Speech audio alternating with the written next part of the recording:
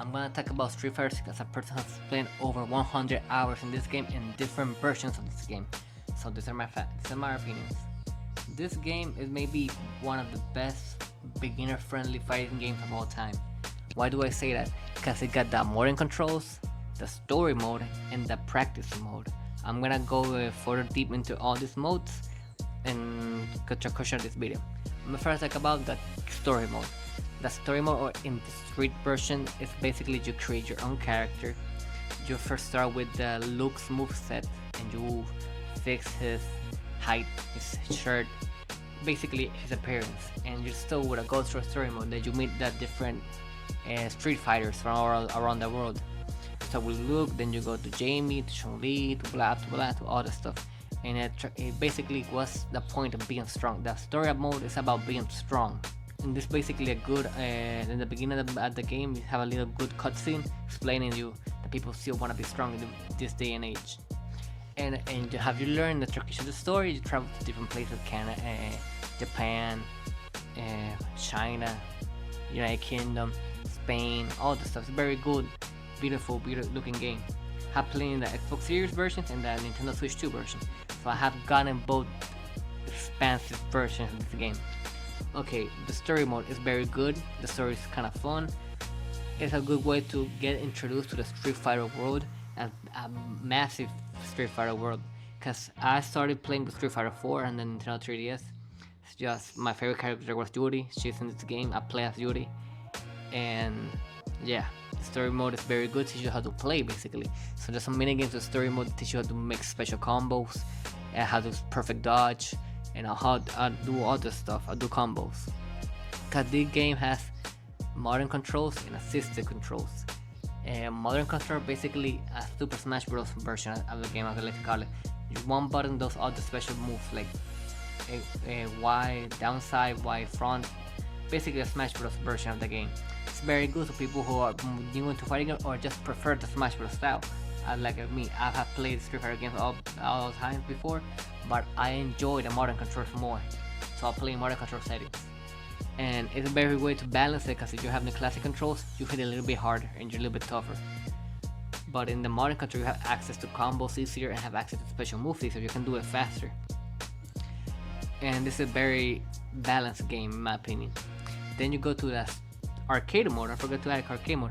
Arcade mode is basically a random arcade mode when you choose your character, have a little story moments with them. Ryu, Chun-Li, Akuma, all the stuff. Okay? And it's very good to enjoy a little bit more a character if you're just enjoying in story mode. If you want to learn a little bit more about this character, you can click real story. Basically 5 to 10 fights with your rival, and then it's like story not cutscene, like page. Then you got the practice mode, the assisted combos mode. That's basically teaching you how to play that game. And my opinion, I have spent more of this time in the story mode sections than in the multiplayer section, because the story mode is so expansive. Like, oh my god, there's so many quests to do. There's a friendship to unlock. For example, you need to get your friendship to level 100 to get their second character skin. It's basically the original skin for each character. Like Hiryu has the gi, Shuri has the ninja jumpsuit, and Chun-Li has the old school Chun-Li look. Okay, it's very very fun, but so many quests, man. Go from this to this, fight these people, discover the actual main story about the terrorist group that's trying to destroy Nachali, something like that. It don't matter. But every time they add a DLC character, you get the story them in the story mode.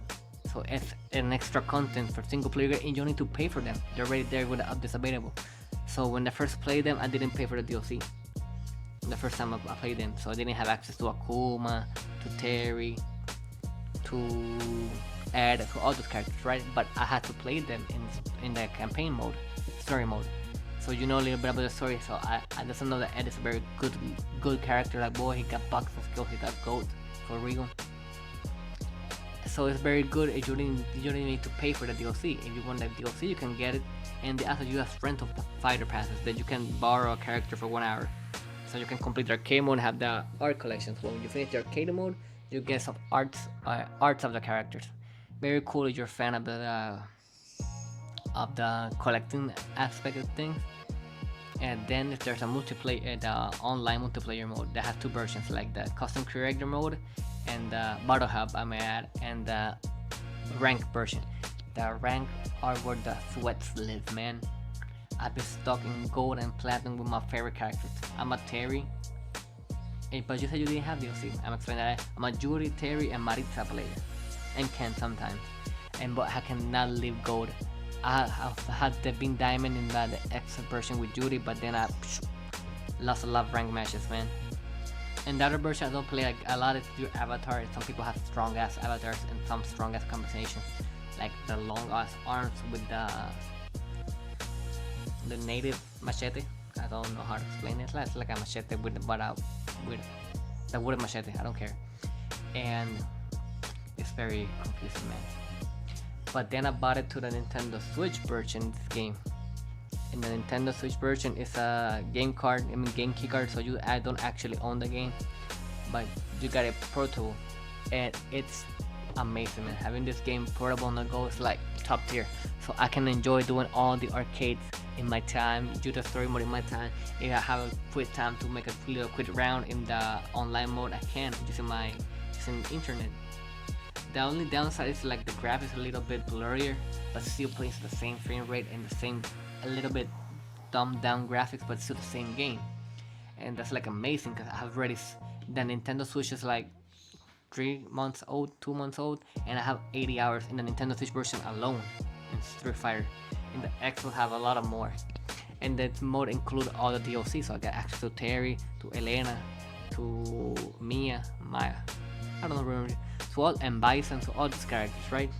And boy, I fell in love with Terry because Terry was my main in Super Smash Bros. Ultimate. I bought him, and I know that King of Fighters is very famous in Latin America. King of Fighters never got to Puerto Rico, so Puerto Rico basically a Street Fighter or a Mortal Kombat place. Not even Tekken kind of here. Like it's not very famous here. But Terry, I'm like golden Terry, and I learned his motion inputs, so I can do the power stronger. So this inputs works better for the game because I already know them. So I got the ability to do them faster and do them stronger. So basically, I'm playing the same character again. And boy, me and Terry are like fire, boy. I cosplayed him one time. My boy, good. I like his story. I like his character. I like his vibe, and that's why I like this game because you can learn about the character's vibes and personalities like no other fighting game can. No Mortal Kombat doesn't have this ability. Not even Tekken.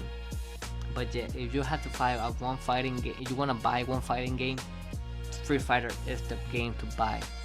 I would like to do more Street Fighter content. Adios, bye.